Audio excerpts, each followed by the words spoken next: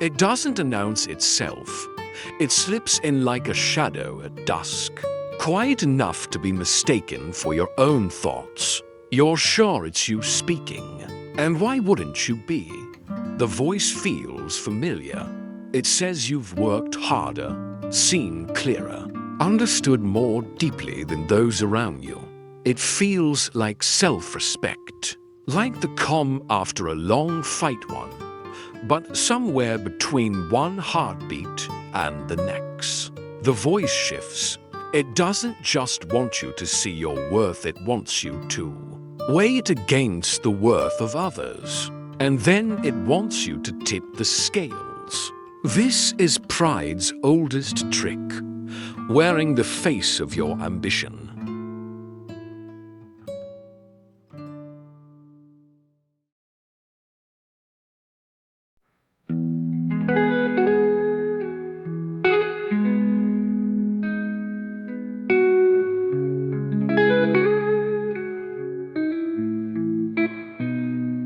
Pride's a fire, burns you slow, takes your love, won't let it grow. You think you're standing tall, but you're all alone on pride's lonely road. Oh, pride's lonely road.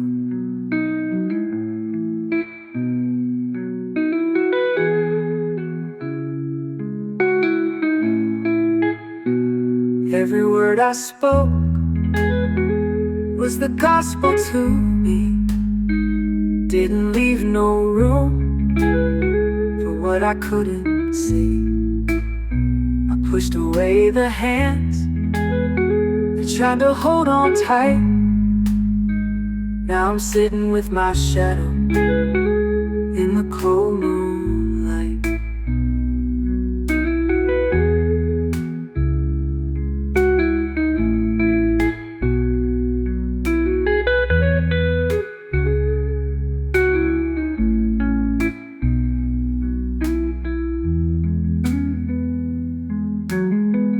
Every word I spoke was the gospel to me. Didn't leave no room for what I couldn't see. I pushed away the hands that tried to hold on tight. Now I'm sitting with my shadow in the cold moonlight.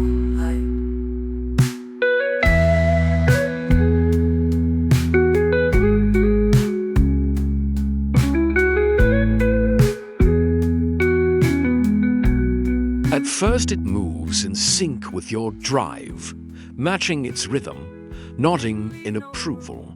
You think it's your ally, you think it's the fuel, pushing you forward, and maybe, in the very beginning, it is. But one day you stop noticing that your ambitions have begun to serve it instead. Confidence listens. Pride only speaks. Confidence learns.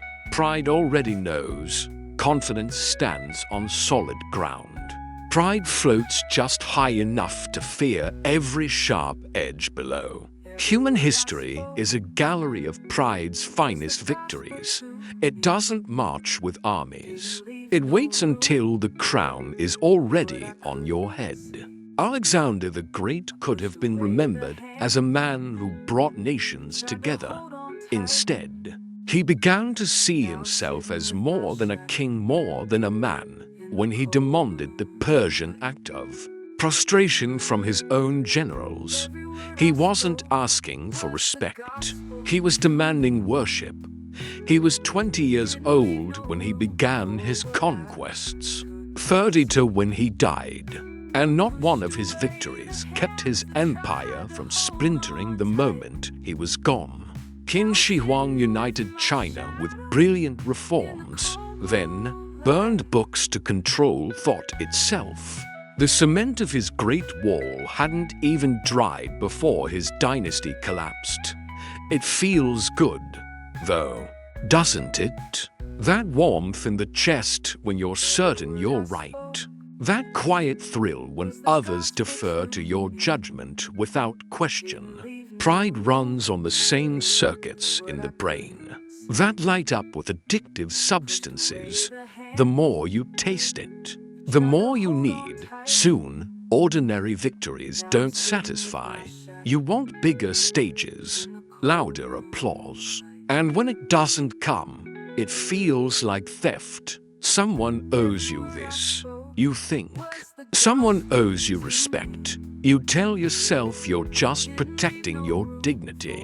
What you're really doing is building a throne too tall to climb down from. The ancients knew it. The Greeks told of Icarus, who flew on wings his father built. They warned him not to go too high. But the sun didn't care about warnings, it melted the wax just the same. The Bible speaks of Lucifer, the bright morning star, who thought himself greater than heaven's light. The Quran tells of Iblis, who would not bow to Adam in the East. The word Ahamkara describes the ego's mask, the false self that blinds you to unity. Different lands, different tongues, but the story is one. Pride isolates, first from others, then from truth, then from yourself. And it doesn't have to roar. Most of the time, it whispers. It whispers that apology is weakness, that compromise is surrender, that admitting you don't know is a crack in your armor. It whispers until leaders stop hearing their teams, until friends stop hearing each other, until lovers stop hearing the voice that once bound them. It turns relationships into scoreboards, conversations into battlegrounds, victories into fragile glass trophies you dare not let anyone touch. You don't see it coming because pride is patient. It doesn't care if it takes years. It will feed on every small victory, every compliment, every silent nod of approval, until your reflection becomes a stranger wearing your smile. Psychologists call it confirmation bias, the need to hear only what agrees with us. Over time, you don't ask, "Am I right?" You ask, "Who agrees?" The moment disagreement stops reaching your ears, you think you've built harmony. But what you've built is a vacuum, and in a vacuum, even the smallest flaw grows until it's all that's left. Some will tell you pride is a sin. Others will say it's a survival instinct. Maybe it's both. Maybe it's the fire that can warm you or burn you alive depending on how close you stand. The danger is not in feeling proud, it's in letting the feeling steer you. Because once it's in the driver's seat, it doesn't turn back. You won't even see the cliff until the sky replaces the road beneath your feet. And here's the cruelest truth. Pride doesn't care if you fall. It will sit with you at the bottom, wrapping an arm around your shoulder, whispering, "They pushed you." It will turn every failure into someone else's fault, every loss into an injustice. It will keep you from learning, because to learn would mean admitting you didn't already know.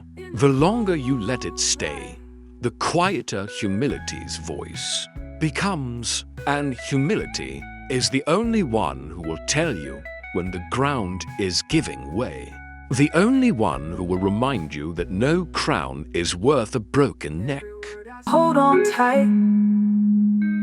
Now I'm sitting with my shadow in the cold moonlight.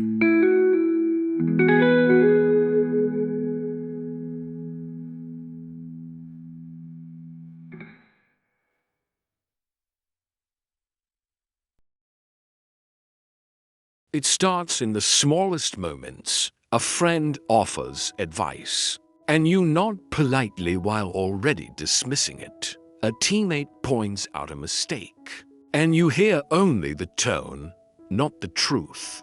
You smile, you thank them, and in the quiet part of your mind, you file their words away under irrelevance. You don't do this out loud. Pride doesn't need to be loud to be lethal. It thrives in silence. In the spaces where no one else can see the shift, you tell yourself you're being strong, that you're standing your ground. But there's a difference between standing your ground and building a wall so high that sunlight never touches you again. That's the trap. Pride convinces you the wall is protection, not a prison. It makes you guard it like treasure, brick after brick, until you realize you've shut yourself inside. And the longer you stay, the harder it becomes to remember why you built it in the first place. There is a strange kind of loneliness that comes with pride. Not the loneliness of absence, but of presence, the presence of people you can no longer hear because you believe you've outgrown their voices. Leaders lose the pulse of their teams. Artists stop seeing the world beyond their own reflection. Friends drift apart, not because of distance, but because the space between them is filled with unspoken judgment. Pride doesn't just take people from you, it convinces you they left on their own. History doesn't just record pride's great collapses. It's littered with the smaller ones too. The partnerships that fell apart because neither side could say I was wrong. The communities that split over a single slight no one can fully remember. The innovators who clung to old methods out of fear that someone else's idea might prove better. These aren't grand tragedies, they're quiet ones. The kind that slip by unnoticed until they're irreversible. Pride feeds on fear. Fear of being underestimated. Fear of being seen as ordinary. Fear of losing control. It tells you that admitting fault will erase your credibility, when in truth, it's the refusal to admit fault that erodes it. It tells you that surrendering a point in an argument means surrendering your value, when in reality, it's the stubbornness that makes people walk away. Pride twists the meaning of strength until it's indistinguishable from fragility. And the worst part? It's contagious. One person's pride can infect an entire room. The leader who never apologizes breeds subordinates who never admit mistakes. The friend who treats disagreement as betrayal teaches everyone else to stay silent. Over time, a culture grows not of honesty, but of performance. People stop telling the truth, not because they've lost it, but because they know it won't be heard. In the old stories, pride often comes before a fall, but the fall is not always dramatic. Sometimes it's a slow descent, so gradual you don't feel the ground slipping beneath you. You still get the applause, the titles, the appearance of success, but each one rings a little hollower than the last. Until even the victory feels like a burden. You begin to suspect that what you're chasing isn't fulfillment, it's proof.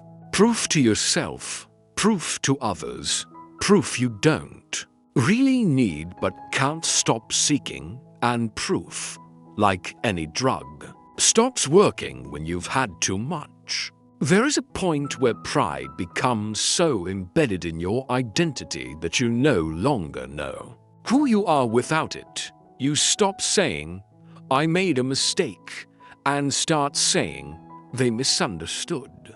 You stop asking, how can I improve? And start asking, why don't they see it? Every conversation becomes a negotiation for respect you think you're owed. Every challenge becomes an insult, and every loss becomes someone else's fault. The truth is, pride isn't interested in your growth.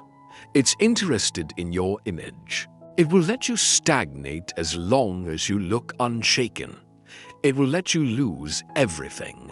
As long as you can stand on the ashes and say, I was never wrong. But life doesn't care for our illusions. Sooner or later, it shows you the bill.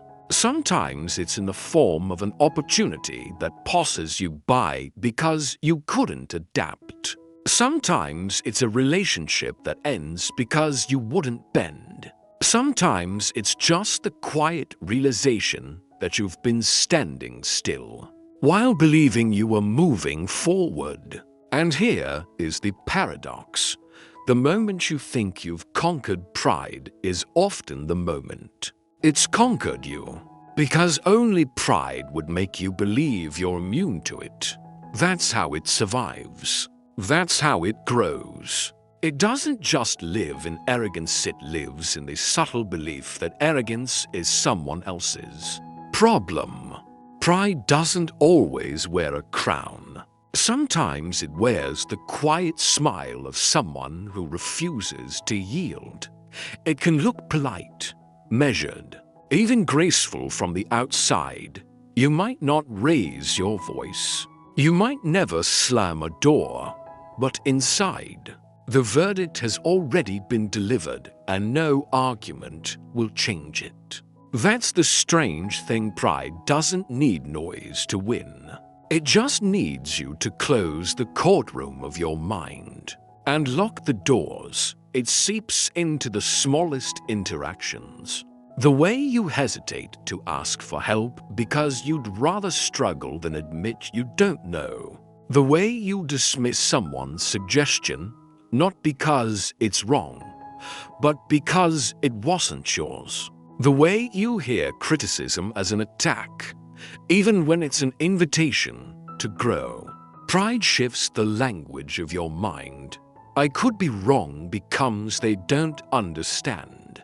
And maybe they're right becomes they're trying to undermine me. Over time, this language becomes a script you follow without question. Relationships feel its weight first, not in explosive fights or dramatic betrayals, but in the quiet, slow erosion of connection to people can still share the same space, laugh at the same jokes, even plan the same future, while something unspoken hardens between them. A wrong word never forgiven, a disagreement never resolved, an apology withheld until it's too late. Pride feeds on these silences like oxygen to a flame. Workplaces suffer it too. A team led by pride will look functional from the outside, but inside, it's brittle. The leader stops seeking new ideas. Convinced that no one else sees as clearly as they do, employees stop challenging each other. Afraid that disagreement will be taken personally, the result is a kind of stillness. Projects move forward, but innovation dies. The room gets quieter, but it's not peace. It's surrender. Pride has a strange way of protecting itself. It tells you stories about your own righteousness, curating your memories so that the moments when you were wrong fade into the background. It edits the film of your life so subtly that you forget it's even been edited. Every memory becomes evidence for your case. Every disagreement proof of someone else's fault. And because you believe the story, you play your part without hesitation. In psychology, there's a concept called cognitive dissonance, the discomfort of holding to conflicting truths. Pride is the mechanism that resolves that discomfort without requiring you to change. If the evidence says you made a mistake, pride simply rewrites the evidence. If someone you respect challenges you, pride reframes it as jealousy or ignorance. This is why it's so hard to see in ourselves. We're not lying to others, we're lying to ourselves. And we believe it. History offers endless examples. A brilliant general loses a battle because he refuses to retreat from a doomed position. A pioneering scientist clings to a disproven theory because it's his. A leader ignores the warnings of advisors, convinced their caution is weakness in every case. The fall isn't caused by ignorance, it's caused by the refusal to admit ignorance. What's terrifying is how comfortable pride can make you. It builds a world where you are always the hero, always the wronged party, always the one with the clearest vision. And who wouldn't want to live in that world? The problem is, it's fiction, and the longer you stay, the harder it is to remember the difference. The truth begins to feel like an attack, and lies become the foundation you walk on. But fiction has a cost. At first, the cost is smaller. Missed opportunity, a strained friendship, a moment of growth avoided. Over time, the cost grows heavier. You start losing the trust of people who matter. You find yourself explaining your choices more than making them. You see doors close without knowing why. Relationships fade without an obvious cause. And all the while, pride assures you it's not your fault. It's never your fault. The irony is that pride is often born from insecurity. It's a fortress built around the fear of being small, being wrong, being ordinary. But a fortress doesn't just keep threats out, it keeps you in. You stop exploring. You stop questioning. You stop learning. Pride tells you this is safety. But it's not. It's isolation, disguised as strength. And here's the final twist. Pride doesn't need to destroy you in one blow. It's content to chip away, one missed apology at a time, one ignored truth at a time, until one day you realize you're standing on an island of your own making, waving a flag no one else can see. Pride lives deeper than the surface of our thoughts. It's not just a choice we make in the moment, it's a program running quietly in the background, shaping our reactions before we even notice. By the time we speak, the decision has already been made. You feel the heat rise in your chest when someone questions you. You hear your own tone shift, sharp edges hiding inside polite words. You think you're controlling it, but it's controlling you. And the most dangerous part is that pride doesn't always feel bad. It feels righteous. It feels like you're standing up for yourself, defending your integrity. In truth, you're defending a story you've built about yourself, one that can't survive the light of contradiction. Psychologists talk about the ego as the self-image we project and protect.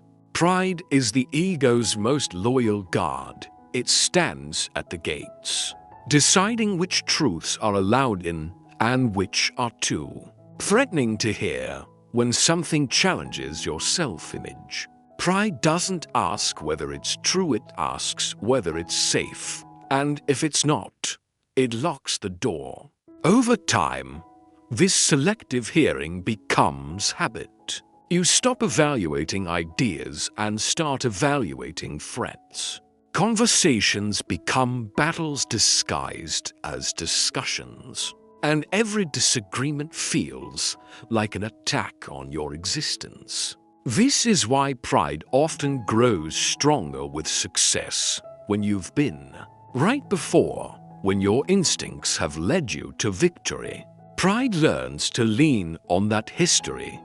It turns past success into proof of eternal correctness. You start to believe that because you were right once, you are right now. You begin to trust your conclusions over evidence, your feelings over facts. And the mind, once closed, doesn't just stay still, it begins to shrink. In the subconscious, pride works like a filter. It colors your memory so that moments of triumph shine brighter than moments of failure. It reframes losses as someone else's sabotage, criticism as someone else's insecurity. Without realizing it, you start building a personal mythology where you are always justified. The human brain loves stories, and pride gives you one in which you are the central character. The misunderstood visionary, the lone warrior against the ungrateful masses. But every story has a cost, and the cost here is truth. Consider how it shows up in relationships. When pride drives you, apologies feel like surrender, and surrender feels like defeat. The subconscious equation becomes simple. If I admit fault, I lose value. So instead, you defend, deflect, delay.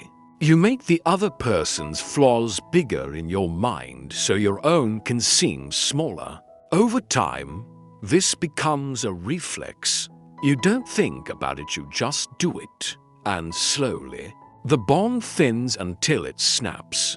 In groups, pride manifests as groupthink, a collective agreement to protect the shared ego of the team. Disagreement is punished not because it's wrong, but because it threatens the identity of the group. The subconscious fear isn't about the ideal, it's about the shame of being wrong together. So everyone nods, everyone agrees, and innovation dies in the safety of consensus. History has seen empires collapse not because their enemies were stronger, but because their leaders could not imagine they were weaker. Warnings went unheard. Evidence was dismissed. Advisors were replaced with flatterers. The subconscious mind of the ruler had fused with pride so completely that questioning a decision felt like questioning their worth as a person. And when the fall came, it was always someone else's fault. The subtlety of pride is that it can disguise itself as virtues. It can look like confidence when it's actually insecurity wearing armor. It can look like leadership when it's actually control in fear's clothing. It can look like self-respect when it's really self-protection. At the expense of growth, the subconscious doesn't care about the label, it cares about the feeling. Pride feeds that feeling with every nod of agreement, every small win. Every time you silence a voice that might have been right. Breaking this cycle is difficult because it requires something pride fears most: vulnerability. Vulnerability is the open gate through which truth can enter, and truth is unpredictable. It can challenge you, humble you, even break you, but it can also rebuild you stronger. Pride, on the other hand, promises to keep you safe but at the cost of keeping you small, and so the subconscious bargains. Better to stay inside the walls than risk being wounded outside them. Better to keep the story intact than to rewrite it. The tragedy is that many never notice the trade. They live entire lives defended by pride, thinking it is strength, never realizing it has quietly limited the range of who they could have been. They become experts in protecting the version of themselves they built years ago, even as the world changes around them. And when life finally forces them to face their own fallibility, it feels less like growth and more like death, because, in a way, it is the death of the identity pride spent a lifetime guarding. The subconscious is powerful, but not absolute. The same mind that can protect a false image can also dismantle it if you let it. But to let it means admitting that you have been wrong, that you have been blinded, that the voice you thought was wisdom was sometimes just fear in disguise. And that kind of honesty feels dangerous when pride is still in control. Pride whispers that it will protect you from pain. What it doesn't say is that it will also protect you from joy. Because joy requires openness, and openness requires humility. And humility is pride's greatest enemy. This is why pride will fight not just for your image, but for your entire way of seeing the world. It's not trying to win the argument, it's trying to own the narrative. The end rarely looks like an end at first. There's no grand collapse, no thunder cracking the sky. Sometimes it begins with something as small as a pause in a conversation. Someone close to you finally stops trying. They no longer correct. You no longer challenge you, no longer offer the truths they used to. They just nod. They smile. They let you be right. Because they've learned that you value the comfort of your certainty more than the connection between you. Pride counts this as a victory. It is not. It is the first sign of your own undoing. The cracks appear slowly. A project fails, and you find yourself with fewer allies than you imagined. An opportunity passes, and no one thought to tell you because you made yourself unapproachable. A friend drifts away, and you tell yourself they were never loyal.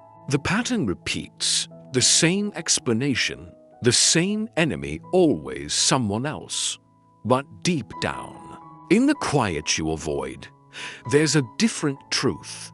You've built a life where no one can reach you, and now you can't reach them either. The fall of pride is often a fall into silence, not the silence of peace, but of isolation. It's sitting in a room full of people and realizing you are alone in the ways that matter. It's getting the applause but not the understanding. It's wearing the armor so long you can't remember how it felt to be touched without it. And when the moment finally comes, the moment where life confronts you with the truth you've been avoiding, it doesn't feel like revelation. It feels like a breaking, because the longer pride has lived in you, the more it has tied itself to your sense of self. Losing pride can feel like losing yourself. Some never recover. They double down, rewriting the fall as someone else's betrayal, someone else's weakness. They build higher walls, tell harsher stories, and retreat deeper into the fortress. The world will let them. No one will storm the gates, not because they respect you, but because they've learned not to waste the effort. And so pride gets what it wants: unchallenged control. But control over an empty kingdom is no victory at all. For others, the fall is an awakening. It might be small, a moment where you hear yourself in a way you haven't in years. You catch the sharpness in your own tone. You see the hurt in someone's eyes and realize you put it there. Or maybe it's bigger, a loss so undeniable that you can't shift the blame anymore. The story cracks, the light comes through, and for the first time, you feel not just the weight of pride, but the cost. The cost is measured in moments you'll never get back. The apology that could have saved a friendship. The question you never asked because you thought you knew the answer. The teacher you could have learned from, if only you'd let yourself be the student. The chances you had to be wrong and grow from it, but instead stayed right and stayed the same. You start to see the years not as a series of victories, but as a series of missed openings, doors you closed yourself. Letting go of pride is not a single act. It is a practice. It is learning to listen without preparing your defense. It is choosing to say, "I was wrong," and meaning it. It is asking for help without adding a justification. It is sitting with the discomfort of not being the smartest, the strongest, the most in control, and realizing you never needed to be. At first, it feels like weakness, but slowly, it feels like breathing. Humility is not about lowering yourself. It's about freeing yourself from the constant effort of holding yourself above. It's the quiet strength of knowing that being wrong doesn't make you less. It makes you more capable of being right tomorrow. It's the courage to face the truth before the world forces it upon you. And it's the understanding that respect built on fear is brittle, but respect built on trust can survive any storm. In the end, pride's story always ends the same way. Either you keep it until it isolates you completely, or you break it before it breaks you. And breaking it is not about shame, it's about liberation. It's stepping out of the fortress and realizing the world was never as hostile as pride made it seem. That people were never as against you as you imagined. That the harshest enemy you fought was the one you let live in your own mind. One day, someone will offer you a truth that challenges you. In that moment, pride will rise, ready to defend you. You'll feel the heat, the instinct to dismiss, the urge to protect the image you've built. But maybe, just once, you'll pause, you'll listen, you'll let the words in, and in that small act, you'll win a victory pride could never give you, the victory of being unafraid to grow. And if you're lucky, you'll look back and see that this was the moment everything began to change. Not the moment you conquered pride, but the moment you stopped letting it conquer you.